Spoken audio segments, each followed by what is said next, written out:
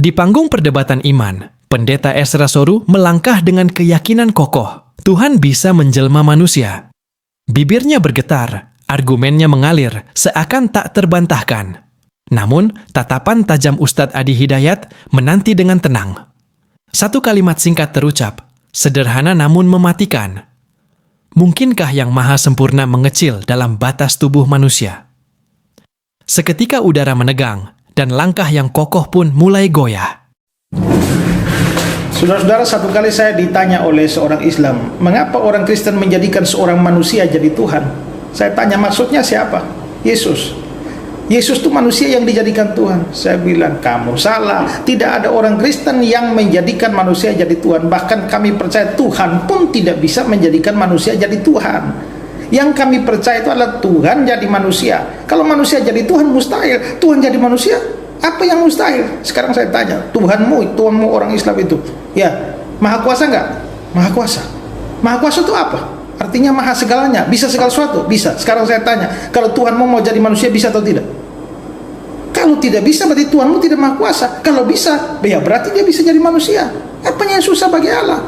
Jadi jangan terbalik-balik pikirannya. Orang Kristen tidak anggap manusia dijadikan Tuhan, tapi Tuhan jadi manusia. Camkan itu baik-baik, abang. Oke? Jelas. Apa di antara yang dirubah? Anda mengatakan Nabi Isa itu adalah Tuhan. Awas. Anda mengatakan ibunya sempurna, suci dan sebagainya. Kemudian dari situ melahirkan seorang anak, diangkat jadi Tuhan. Satu jadi tiga, tiga di antara satu dan sebagainya. Wailul ladzina yaktubuna alkitaba bi aydihim. Kitab tuh, maka celaka bagi orang-orang yang sengaja menulis. Awas dengan tangan mereka. Tulis, bikin kisah, bikin ini, bikin itu. Konsep ketuhanan jadi berubah. Silakan. Apa di antara yang berubah? Diterangkan oleh Quran langsung. Jadi Quran menerangkan nih apa yang mereka tuliskan. Ya, yang sebelumnya mereka bikin. Ternyata ditetapkan Nabi bukan dari kalangan mereka. Yang dibawa bukan kitab jadi yang mereka harapkan. Akhirnya apa yang terjadi? Sebelum kitab itu sempurna dan sebagainya, dipalingkan isi-isinya. Tuh, tulis. Tuhan yang tadinya Nabi Isa menyembah satu Tuhan. Lihat, ini kita bicara dengan persepsi kita ya. Kalau sedang disoal, kita diskusi. Ya, jangan langsung tersangka aja, ya itu nggak tepat. Kalau ada yang tidak beda pendapat, kita diskusi. Jangan mencela orang, kita diskusi dengan cara yang ilmiah. Dia begitu disoalin Nabi Musa, Nabi Isa dijelaskan oleh Quran.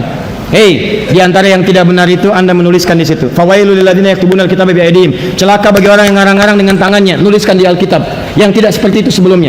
Ya, Ten Commandment isinya begini, kenapa jadi berubah seperti itu? Hei, Taurat begini, Injil isinya begini, kenapa Anda rubah begitu? Apa di antara yang dirubah? Anda mengatakan Nabi Isa itu adalah Tuhan. Awas. Anda mengatakan ibunya sempurna, suci dan sebagainya. Kemudian dari situ melahirkan seorang anak, diangkat jadi Tuhan. Satu jadi tiga, tiga di antara satu dan sebagainya. Turun berita dari Al-Quran. Ini tidak seperti pada Injil yang diturunkan sebelumnya. Ini tidak sama dengan apa yang disampaikan di Taurat sebelumnya. Yang benar itu begini, Tuhan itu cuma satu, menunjuk pada satu yang satu. Bahkan Nabi Isa pun, Yesus pun, Al-Masih pun, Mesias pun mengatakan, saya bukan Tuhan. Dari mana taunya? Dijelaskan oleh Al-Quran. Yuk kita buktikan. Kata Anda di kitab Anda mengatakan bahwa Yesus itu Tuhan. Ya, Anda mengatakan Nabi Isa itu Tuhan. Maka kita tanyakan langsung ke Yesusnya. Benar enggak Anda Tuhan? Ya, sekarang diturunkan. Kan tadi kita sepakat bahwa Allah tidak akan berdusta. Allah Maha tahu, Allah Maha segalanya. Maka diturunkan di Al-Quran. Buka Quran surah kelima Al-Maidah ayat 116. Awas, hati-hati. Wa idh qala Allahu ya Isa ibn Maryam anta qulta lin-nasi ittakhiduni wa ummiya ilahaini min dunillah. Pertama, kalau Anda mendengar berita kemudian yang tidak pasti, klarifikasi pada sumber pertamanya. Ya, disebutkan oleh satu orang, Ustadz Adi Hidayat, katanya konon kabarnya hal ini tidak akan masuk kajian. Maka yang pertama Anda tanyakan kemudian kepada sumbernya langsung, siapa yang terkoneksi dengan Ustadz Adi Hidayat. Kalau perlu tanyakan Ustadznya langsung, Ustadz, apakah malam ini Ustadz tidak akan masuk kajian? Oh betul, saya tidak masuk kajian, saya itu masuk masjid, di masjid isi kajian. Bisa sampaikan. Jelas. Ada kesalahan tulis di SMS, tanya, Ustadz, apakah Ustadz bisa mengisi hati ini? Wah, klarifikasi, maksudnya hari ini, cuman R jadi T, hati ini, gitu kan? Bisa, kejadian tuh. Kadang-kadang ada yang begitu, pertanyaan habis Ramadan munculnya. Dia, Ustadz, bagaimana hukumnya lamaran di bulan Ramadan? Belum dijawab tuh, di bawahnya tulis, Kalau memang boleh, kapan Ustaz datang ke rumah? Kadang-kadang ada aja yang begitu tuh. Masuk. Klarifikasi, tanyakan. Ini barangkali salah tulis, kalau mengisi hati ini saya mesti izin istri dulu. Ya, begitu dilihat, oh bukan, maksudnya hari ini. Tanyain langsung. Jangan diupload. Diupload jadi masalah. Ada berita yang enggak bagus, tanyakan. Muncul Quran surah ke-49 misalnya ayat ke-6. In ja'akum fasiqun binaba'in fatabayyanu. Hai orang beriman, kalau ada berita yang tidak benar, cek dulu pada pemiliknya. Tanyakan, benar nggak? Nah, tadi mengatakan Nabi Isa ngaku Tuhan. Allah nanya langsung ke Nabi Isa-nya. Mudah bagi Allah mengatakan begini, itu nggak benar. Isa nggak pernah ngaku Tuhan. Mudah, karena Allah Maha tahu. Tapi kenapa kemudian langsung ditanyakan kepada Nabi Isa supaya keluar langsung di lisannya? Persis seperti iblis disebutkan oleh Allah. Nih, ingkar, sombong. Quran surah 2 ayat ke-34. Wa idz qulna ya lil malaikati isjudu li adama fasajadu illa iblis enggan, wastakbar, sombong. Dari mana tahu sombongnya? Kalau Allah langsung mengatakan, nih dia sombong nggak mau sujud nih, maka iblis bisa berkata, enggak kok, saya nggak sombong. Tapi ayat itu baca dengan Quran surah 7 ayat 11 sampai dengan 13. Ditanyakan langsung di lisannya, qala ma mana'aka alla tasjuda idh amartuk. Hei kamu, kenapa kamu nggak mau sujud ketika saya perintahkan? Ini bukan masalah sujudnya, tapi ini perintah saya. Kenapa kamu nggak mau sujud? Qala ana khairum minhu khalaqtani min narin wa khalaqtahu min tin. Saya lebih hebat daripada Adam. Kau ciptakan saya dari api, dia dari tanah. Tidak layak orang yang levelnya lebih tinggi mesti hormat kepada yang lebih rendah. Sombong, keluar. Begitu keluar di lisannya tidak ada celah untuk mengelak. Sekarang Allah tanya langsung ke Nabi Isa. Ditanyakan Isa, anaknya Maryam, langsung dengan binnya. Ya Isa bin Maryam, hey Isa anaknya Maryam. Langsung dengan binnya supaya tidak salah di kemudian hari.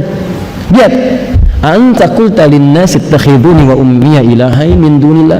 Apakah engkau pernah mengatakan pada nas manusia? Nas disebutkan 241 kali dalam Al-Qur'an. Nas kalau disebutkan menunjuk semua manusia tanpa kecuali. Seakan Allah ingin mengatakan, "Hei, jangan sampai kelewat nih." Ada enggak dari semua manusia itu pernah ngaku ke satu orang aja, "Kamu Tuhan, ibumu Tuhan." Pernah enggak ngaku begitu? Semua manusia pastikan ya, ingat-ingat, kecil, besar, tua, muda, laki-laki, perempuan, pernah ngaku enggak? Kata Isa, enggak pernah saya. In kuntu qultuhu laqad alimta. Ya Allah, engkau Tuhan. Kalau saya pernah katakan, pasti engkau mengetahui lebih daripada saya. Itu kalimat yang ngalir di lisannya. Indah sekali. Di pertama, Nabi saja yang dikatakan mengaku Tuhan, nabinya sendiri mengatakan saya bukan Tuhan. Jadi kalau orang yang mengatakan saya bukan Tuhan dan Anda menuhankannya, berarti ada yang salah dengan pemikiran Anda. Ini kaidah Quran, logikanya Quran. Anda katakan, kata Anda, beliau ngaku Tuhan, Nabi ngaku Tuhan, Isa, Yesus, Mesias ngaku Tuhan. Saya tanyain langsung ke Nabinya, saya tanya Yesusnya, saya tanya Isanya, saya tanya Mesiasnya, kamu benar ngaku Tuhan? Isa jawab, enggak. Kalau saya ngaku Tuhan, pasti engkau lebih tahu ya Allah. Nih kata Isanya, dia ngaku Tuhan, kenapa kau masih mempertuhankan? Logis gak? Anda katakan kemarin dia ngutang, saya tanya orangnya, kamu ngutang kemarin? Enggak. Kalau saya ngutang Bapak kan tahu, kan saya ada di situ, Bapak tahu apa yang saya lakukan. Tuh bawa orangnya, sampai bilang, nih kata orangnya, enggak kok ngutang, enggak. Orangnya bilang enggak, Anda masih katakan ngutang, kan aneh. Paham nggak? Nah itu logika yang sangat jelas sekali. Sekarang turunin lagi. Masih belum terima juga, nggak bisa, kamu tetap Tuhan. Gimana? Ya kalau begitu gini deh, kata Allah, saya terangin lagi nih. Pertama, sifat Tuhan mesti beda dengan makhluk. Khalik beda dengan makhluk. Nih, lihat sini kata Allah. Turunkan. Muncul Quran ke 112. Ini kan udah nih. Muncul yang ini. Awas ya, ini diskusi nih, ini diskusi. Ini jangan menjelek-jelekan, kita di sini sedang membahas tentang isi kitab kita. Kata kitab kita begini, kalau tidak sepakat dibantah dengan isi kitab Anda, terus kita diskusikan. Jelas ya? Tanpa harus menyoal satu dengan yang lainnya. Kalau masih beda pendapat, kita saling doakan. Kami yang mendoakan, insya Allah tetap kita bisa minum teh bersama. Ya, baik. Kalau perlu kita bayarin, insya Allah. Nah sini, Qul, katakan Muhammad. Nah, Anda kan masih nggak ngaku nih, masih mau nyoal pada orangnya enggak? Katakan, ayo kita ajarkan konsep ketuhanan. Qul, katakan, huwallahu. Lihat sini, kalau Anda mau menjadikan seseorang sebagai Tuhan, saya kasih contoh kata Allah. Allah, nih, Allah, saya Tuhan.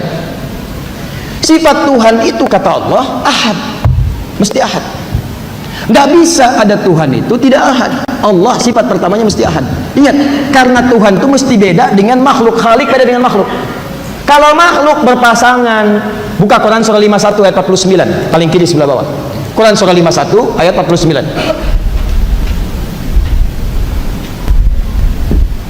Sudah? Wa min kulli syai'in khalaqna zawjaini la'allakum tadhakkarun. Ada? Baik, dan dari semua hal yang makhluk kami ciptakan berpasangan supaya Anda tahu cuman Allah yang tidak punya pasangan. Laki-laki pasangan perempuan, siang pasangannya malam, hitam pasangannya putih, dan seterusnya. Baik, ada pasangan-pasangan, hewan punya pasangan, jantan dengan betina, tumbuhan punya pasangan, putik dengan benang sari. Ada pasangannya, supaya kamu sadar yang tidak punya pasangan cuman Allah, cuma Tuhan. Nah, prinsipnya bukan karena pasangannya, prinsipnya sifat Tuhan mesti beda dengan manusia. Kalau manusia berpasangan, maka Tuhan nggak boleh berpasangan. Kalau manusia itu misalnya lemah, Tuhan mesti kuat.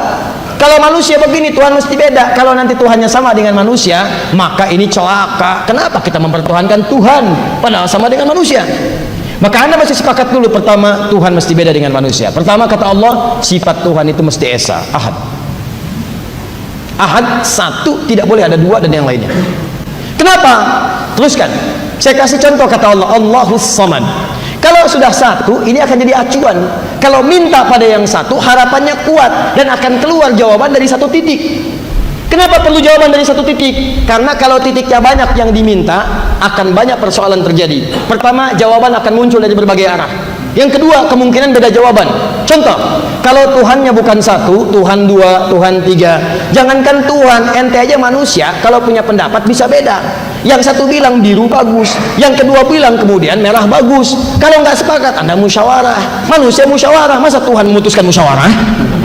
Muncul Quran surah 21 ayat 22. Nih yang terakhir.